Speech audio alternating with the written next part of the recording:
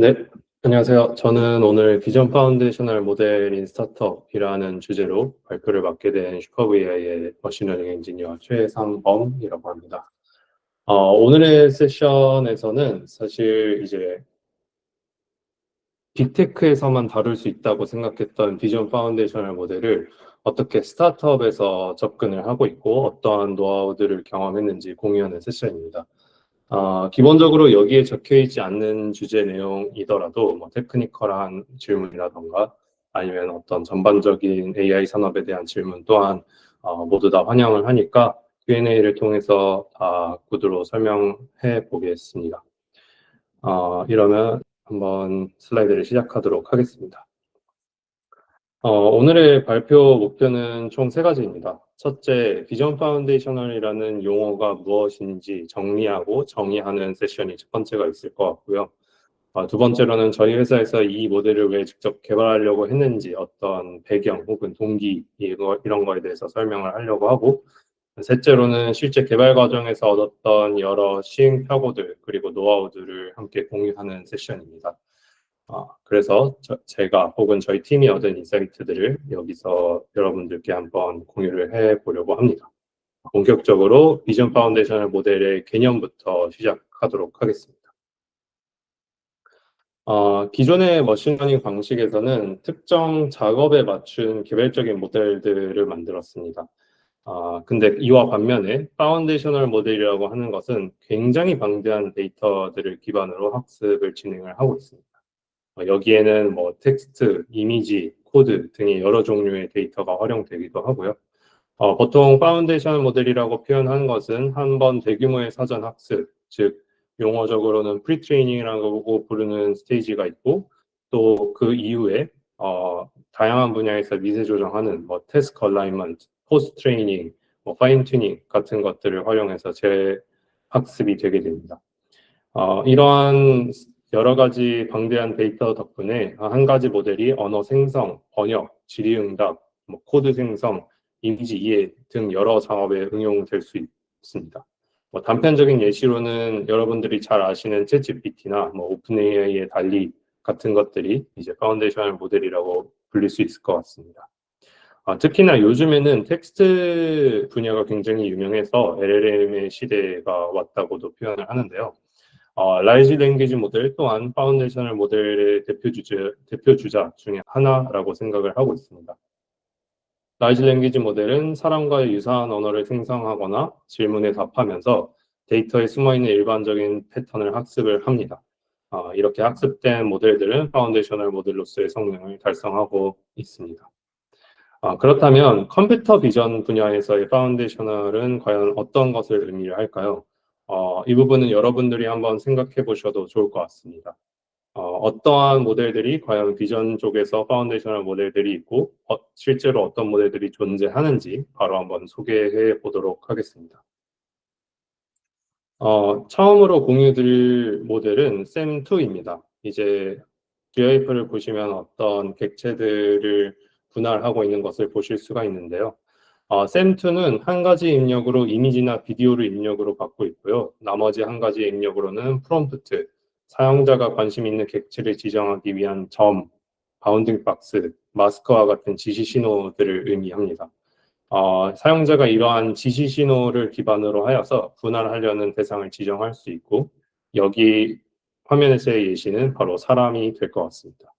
샘2의 출력은 입력된 이미지나 비디오 프레임에서 사용자가 지정한 프롬프트에 해당하는 객체 분할, 그러니까 세그멘테이션 마스크를 샘2의 출력으로 내보내게 됩니다. 모델은 입력된 프롬프트에 따라서 객체의 경계를 자동으로 찾아내어서 정밀한 마스크를 생성하고요. 특히나 비디오의 경우에는 프레임과는 메모리 메커니즘을 활용해 시계열적으로 객체를 추적하고 그에 해당하는 세그멘테이션 마스크를 제공합니다. 요약을 하자면 샘2는 이미지나 비디오 데이터를 받고 또 추가적으로 그에 원하는 점, 박스, 마스크화 형태의 프롬프트를 입력으로 받아서 시공간적으로 일관된 객체 분할 마스크를 출력하는 혁신적인 파운데이셔널 모델 중에 하나입니다. 그 다음으로 소개해 드릴 것은 그라운딩 다이노라는 모델입니다.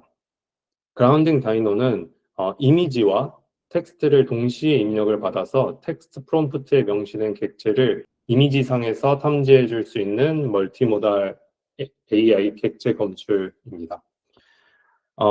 예를 들어서 사용자가 입력한 프롬프트가 고양이라면 모델은 이미지 내에서 고양이의 위치와 바운딩 박스에 해당하는 레이블들을 검출하게 됩니다. 이처럼 사용자가 원하는 카테고리나 표현을 자연어로 지정하면 모델이 객체를 찾아내는 것이 그라운딩 라이너의 핵심 기능입니다.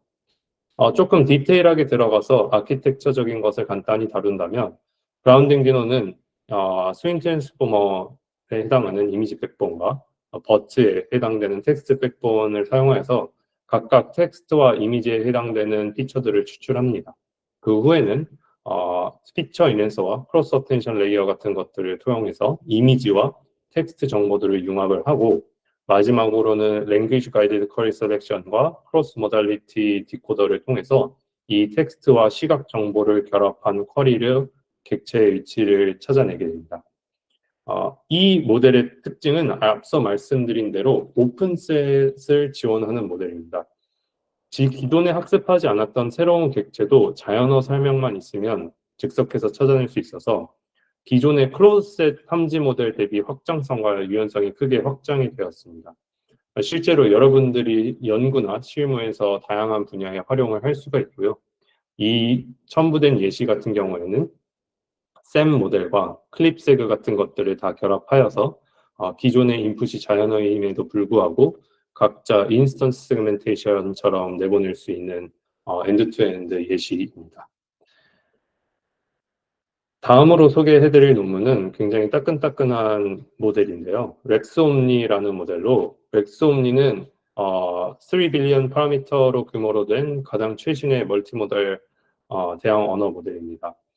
객체 검출, OCR, 포인팅, 키포인팅, 비주얼 프롬프트를 기반으로 한 객체 인식 등 정말 다양한 시각 인식 문제를 단 하나의 모델에서 해결해주고 있습니다. 이 모델은 이미지를 입력으로 받고 자연어로 객체 카테고리나 대상 표현을 함께 받고 있고 사용자가 원하는 객체 영역을 탐지하거나 혹은 포인팅, 키포인팅 결과를 출력해 줍니다. 예를 들어서 person, car, dog와 같은 카테고리 리스트를 입력하면 해당 객체의 위치를 바운딩 박스로 출력해 주거나 그거보다 좀 더 복잡한 자연어, 왼쪽에 있는 노란 꽃, 오른쪽에 있는 사람과 같은 것들을 지정하여서 referring 태스크 또한 완벽하게 수행해내고 있습니다. 렉스옴니의 가장 큰 특징은 다양한 비전 태스크들을 하나의 MLLM, 멀티모달 랭귀지 모델로 처리를 하고 있다는 것인데요. 이러한 것들의 성능을 달성하기 위해 렉스옴니 같은 경우에는 SFD 기반 사전 학습과 GRPO 기반의 강화 학습을 결합해 이 시공간적 정보와 행동의 일관성을 극대화합니다. 이처럼 렉스옴니는 언어와 시각 교차 모델 정보를 활용해서 누구나 다양한 시각 인식 작업을 한 번에 수행할 수 있도록 하는 범용 비전 모델입니다. 이러한 오픈소스들의 모델은 정말 빠른 속도로 향상이 되고 있습니다. 예시로 공유드렸던 그라운딩 디노, 렉스옴니, 코엔3BL 뿐만 아니라 논문으로 출시된 T-Rex2, 디노X와 같은 모델을 보면 여태껏 몇 달 단위로 이전 세대들을 뛰어넘는 결과를 보여주고 있습니다. 이러한 흐름 덕분에 이제는 대형 기업이 아니더라도 충분히 수준 높은 모델들을 구축할 수 있는 환경이 마련이 되었고요. 이와 반면으로 슈퍼브 AI 또한 이러한 파운데이셔널 모델을 설계할 수 있도록 또 다른 강점을 가지고 있습니다. 저희 회사는 내부적으로 10억 장이 넘는 이미지를 보유를 하고 있습니다. 이러한 데이터 자산만으로 사실은 상당한 경쟁력이 있는 상태이긴 합니다. 그렇지만 현재는 이 방대한 데이터들을 재활용을 하지 못하고 있는데 그것들은 바로 분산화되어 있어서 재활용을 하지 못하고 있었는데 저희가 이런 모델을 개발하는데 일련의 프로젝트로서 데이터들을 체계적으로 정비하고 정제하는 행위 또한 수행을 하였고요. 이러한 행위 자체가 하나의 지적재산, IP로서 높은 가치로 구축이 되고 있습니다. 또 다른 하나 흥미로운 점은 시장의 인식 차이가 존재한다는 건데요. 사실 기술적으로는 뭐 머신러닝 엔지니어 입장에서 굉장히 단순한 문제라고 생각이 되는 것들도 일반 고객 입장에서는 이게 정말 AI로 가능한 것인가에 대해서 의심하는 경우가 굉장히 많습니다. 특히나 저희는 뭐 한국 시장, 미국 시장, 일본 시장 모두 다 관리를 하고 있는 입장에서 한국 시장에서는 이러한 이해도 격차가 특히 더 두드러지게 나타나고 있습니다. 이러한 문제 혹은 배경 혹은 동기 의식들을 종합하여서 저희는 바로 사용할 수 있는 비전 파운데이셔널 모델, 이름하여 제로를 개발하게 되었습니다. 누구나 복잡한 설정 없이 바로 써볼 수 있도록 하는 것이 목표였고, 최종적으로는 저희 내부적으로는 그라디오 그리고 외부적으로는 웹 형태로 배포를 하고 있습니다.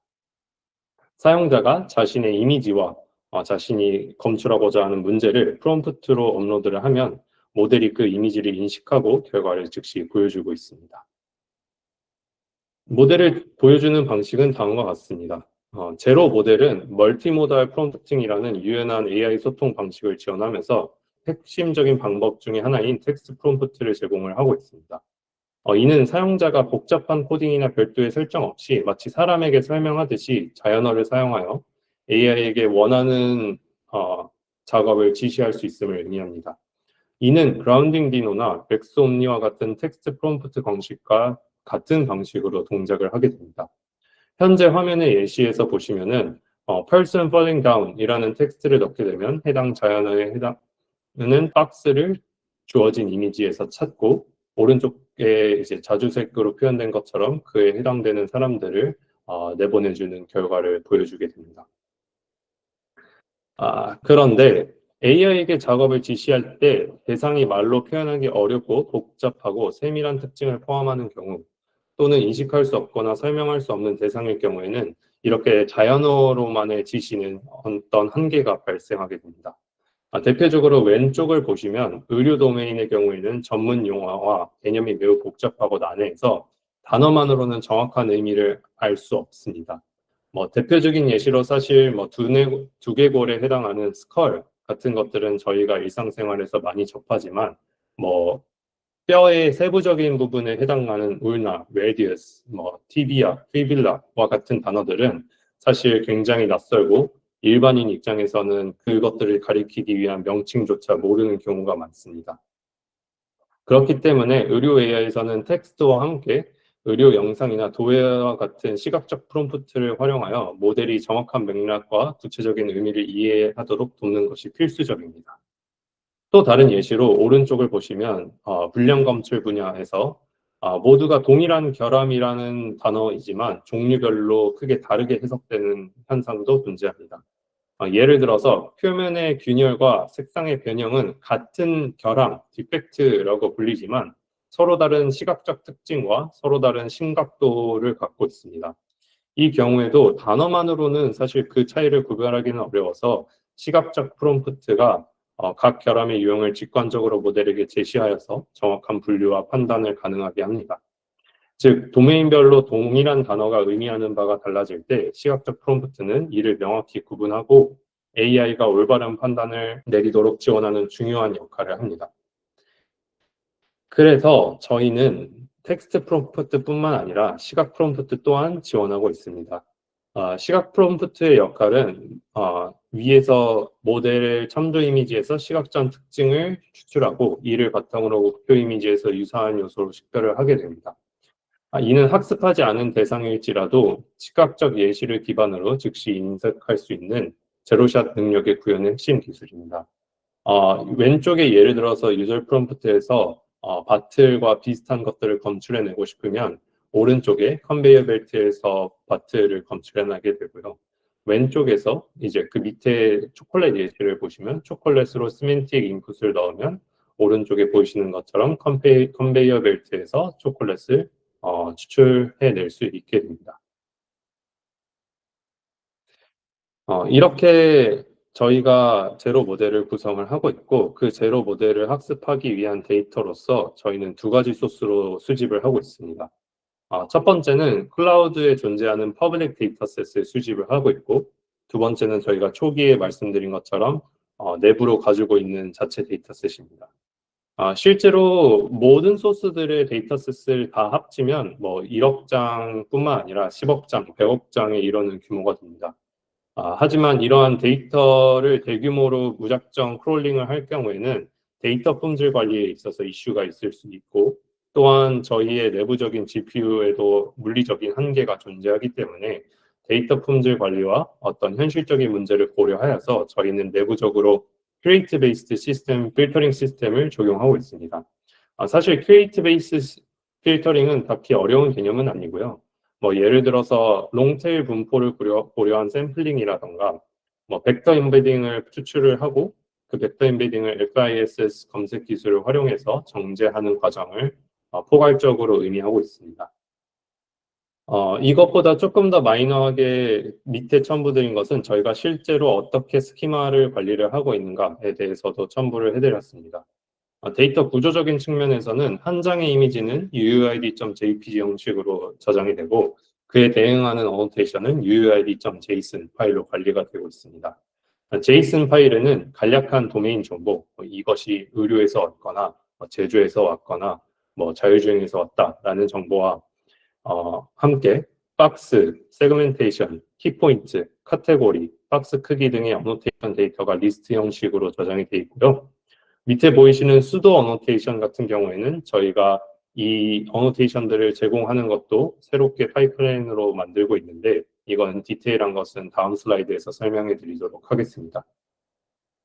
추가적으로 저희는 이미지 레벨 캡션도 저장할 수 있는 스키마를 갖추어서 전체 이미지에 해당되는 설명과 함께 상세한 어노테이션 기록을 관리할 수 있도록 설계되어 있습니다.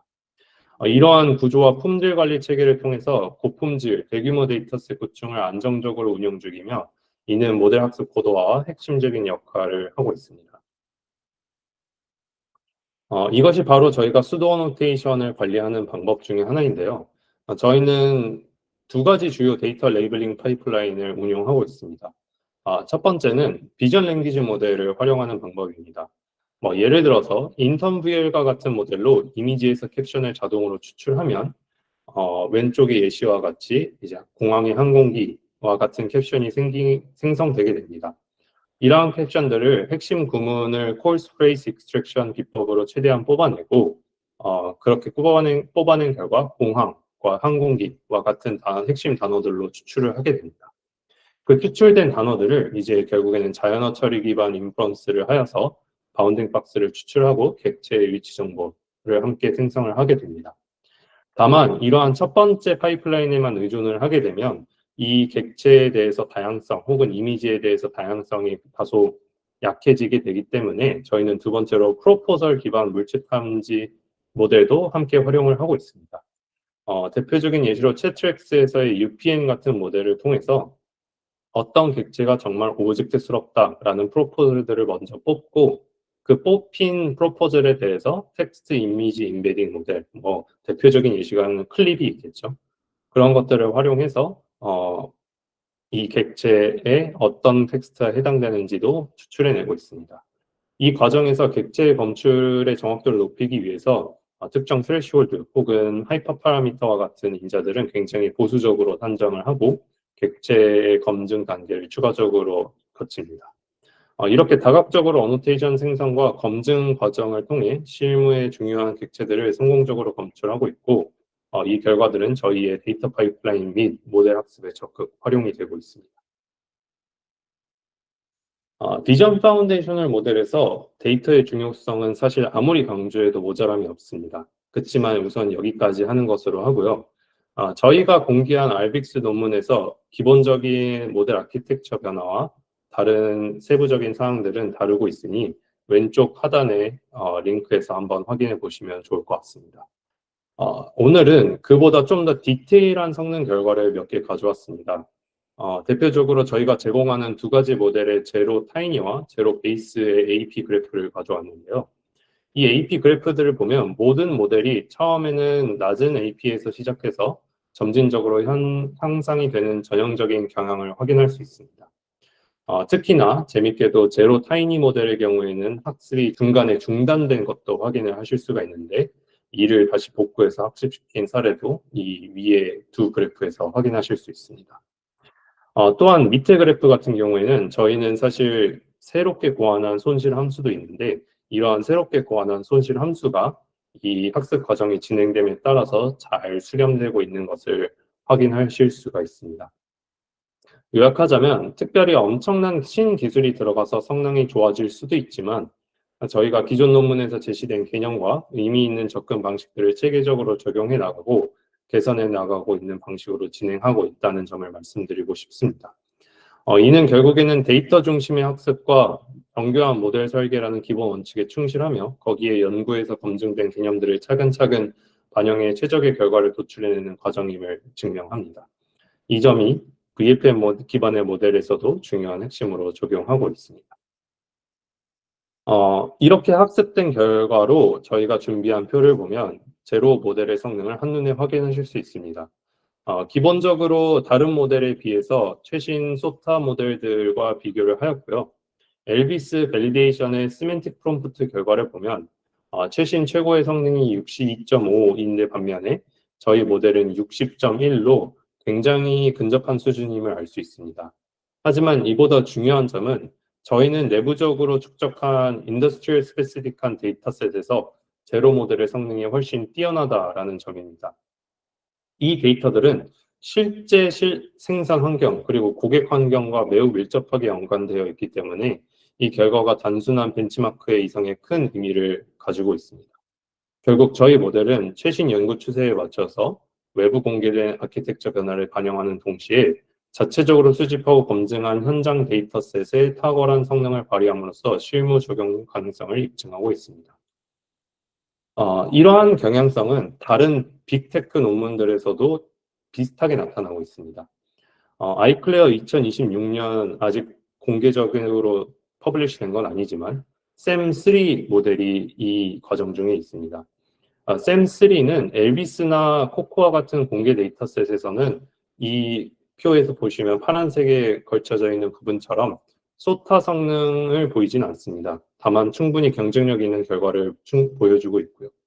하지만 무엇보다 가장 강력한 노벨티는 이 샘3에서 제안한 SA코라는 데이터셋에서 다른 소타 모델에 비해 압도적인 차이를 보여주고 있습니다. 그렇기 때문에 이는 특정 파운데이션 모델을 개발을 할 때 공개된 엘비스나 코코 데이터셋과 같은 일반적인 지표만으로는 평가가 충분하지 않다라는 것을 중요한 시사점으로 제공합니다.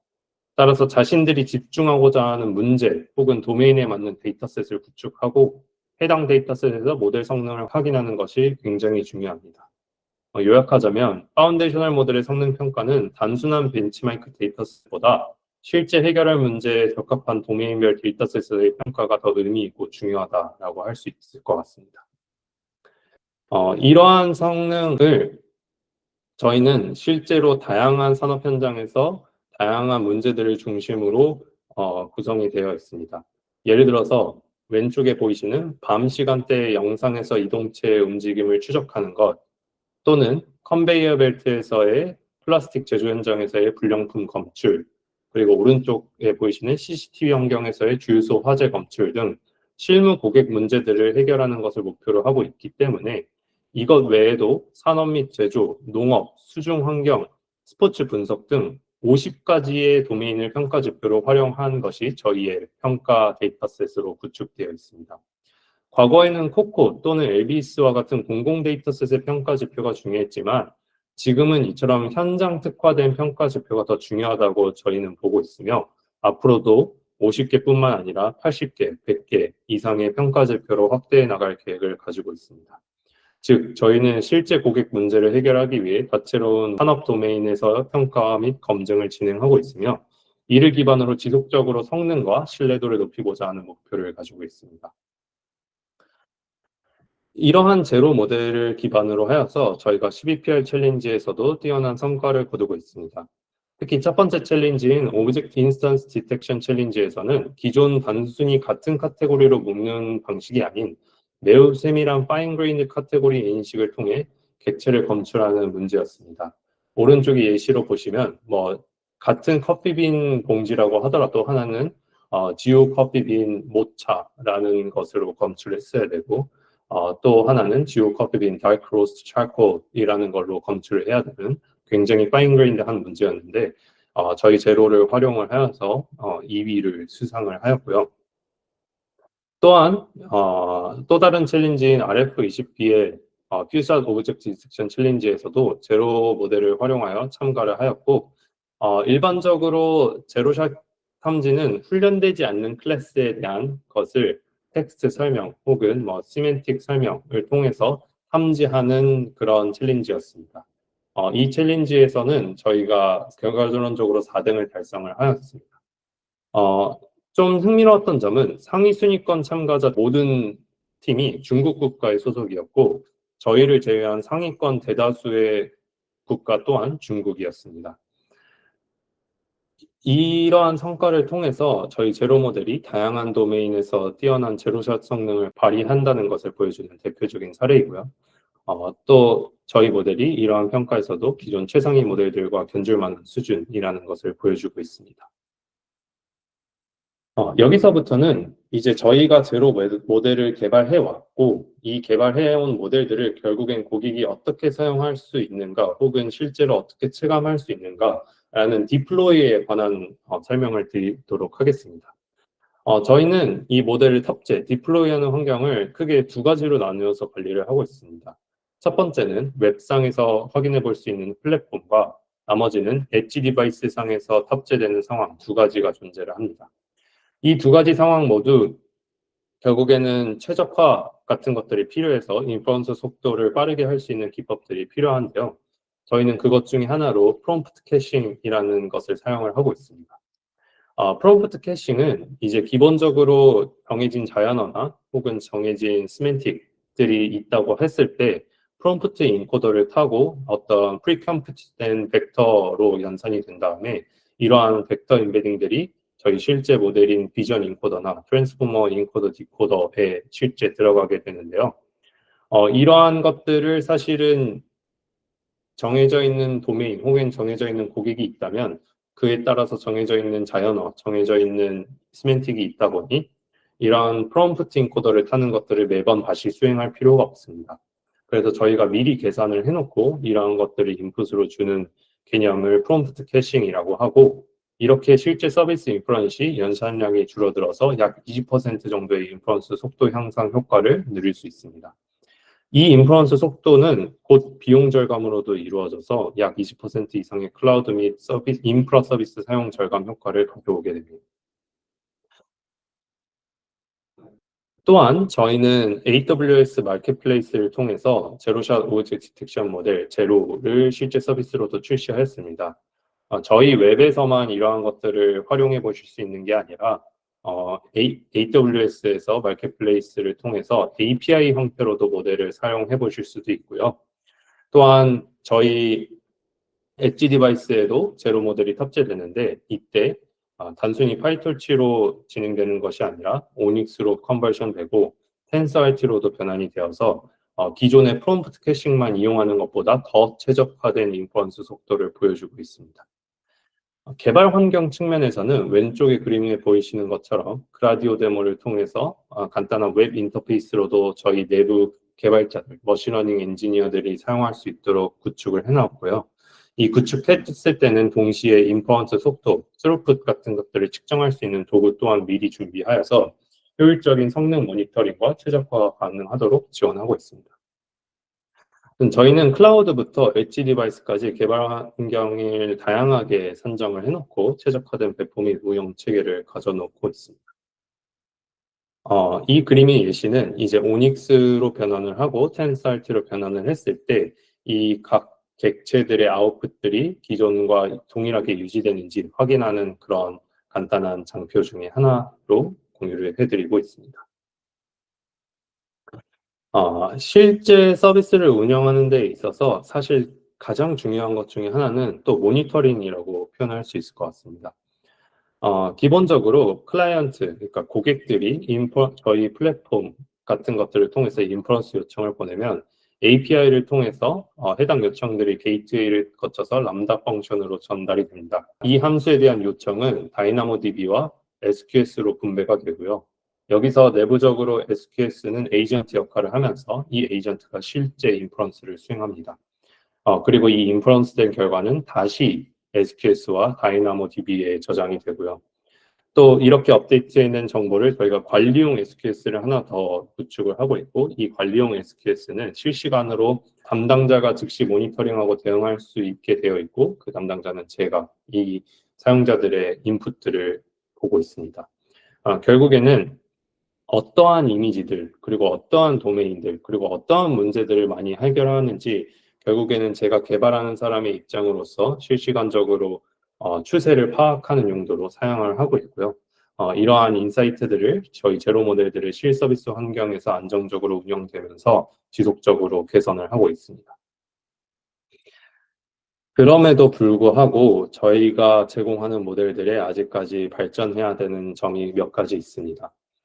예를 들어서 왼쪽 그림에서 크로와상을 컨베이어 벨트에서 디텍션 할 때, 이것은 간단한 것들이어서 성능은 굉장히 좋지만 간혹 가다가 블링킹, 이 객체가 나왔다가 다시 사라졌다가 다시 나오는 그런 감지 누락 현상도 발생을 하고 있고요. 또한 오른쪽의 그림처럼 초콜릿을 디텍션하는 과제인데, 그럼에도 불구하고 사람이 디텍션이 된다거나 아니면은 좌측 상단에 굉장히 어두운 초콜릿에 대해서는 디텍션이 되지 않는 그러한 문제들 또한 존재하고 있습니다. 이러한 문제들을 해결하기 위해서 지속적인 성능 개선 작업은 필수적이고요.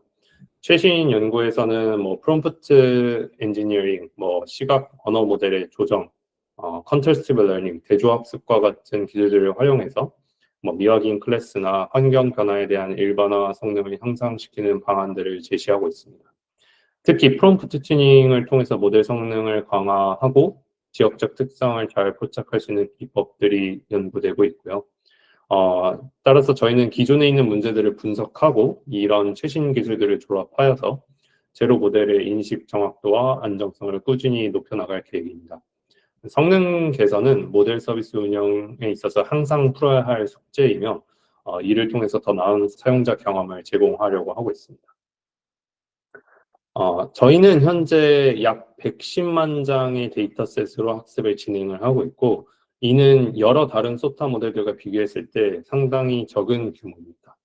예를 들어서 표에 보이시는 디노X와 같은 모델들은 현재 1억 장 이상의 데이터를 학습 데이터로서 활용을 하고 있기 때문에 저희보다 훨씬 큰 규모를 자랑합니다. 그럼에도 불구하고 저희는 사실 데이터 품질을 높이는 데 초점을 우선 맞추고 있고, 그 이후에 데이터 확장을 적극 추진하고 있습니다. 이번 분기 내에만 저희는 300만 장 이상으로 늘리는 목표를 가지고 있고, 단기적 1년 내외적으로 3만 장 규모에 근접하는 데이터를 확보를 하여서 성능을 굉장히 높게 끌어올리는 것을 목표로 하고 있습니다. 이와 같이 데이터 규모는 물론 품질과 성장 가능성을 동시에 고려하며 지속적인 확장과 고품질 데이터를 바탕으로 성능 개선을 이루어 나가려고 하고 있습니다. 또 다른 하나의 방향성으로는 저희 모델도 멀티모달 랭귀지 모델 MLLM처럼 태스크를 확장할 수 있도록 하는 방향으로 개발을 하고 있습니다. 처음 소개한 렉스 옴니를 기억하신다면 이러한 렉스 옴니가 이러한 MLLM의 대표적인 사례 중에 하나입니다.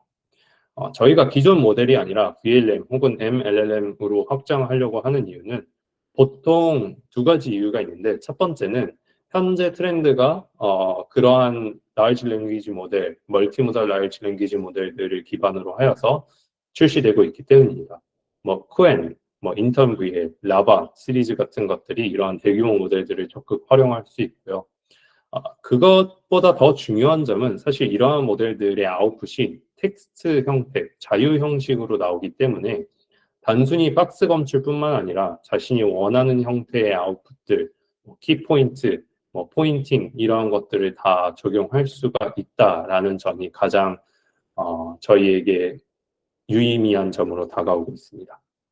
따라서 저희가 앞으로 나가려고 하는 것들은 더 큰 모델, 그리고 옴니모달 환경에서 더 다양한 태스크를 지원하는 AI를 발전시키는 데 집중을 할 것입니다. 마지막으로는 저희가 모델 최적화 또한 항상 진행을 하고 있습니다. 앞서 표현해 드렸던 것처럼 이제 모델이 100만 장일 때의 규모와 300만 장일 때의 규모, 그리고 1000만 장일 때의 규모를 생각을 하시면 모델의 사이즈가 3배, 10배 되는 동안 이 모델을 학습하는 데 드는 비용이 3배, 10배에 동시다발적으로 증가하게 됩니다. 그렇기 때문에 트레이닝 타임을 줄이는 것은 굉장히 필수적인데요. CPU의 최적화 관점과 GPU의 최적화 관점 두 가지를 눈여겨보고 있습니다.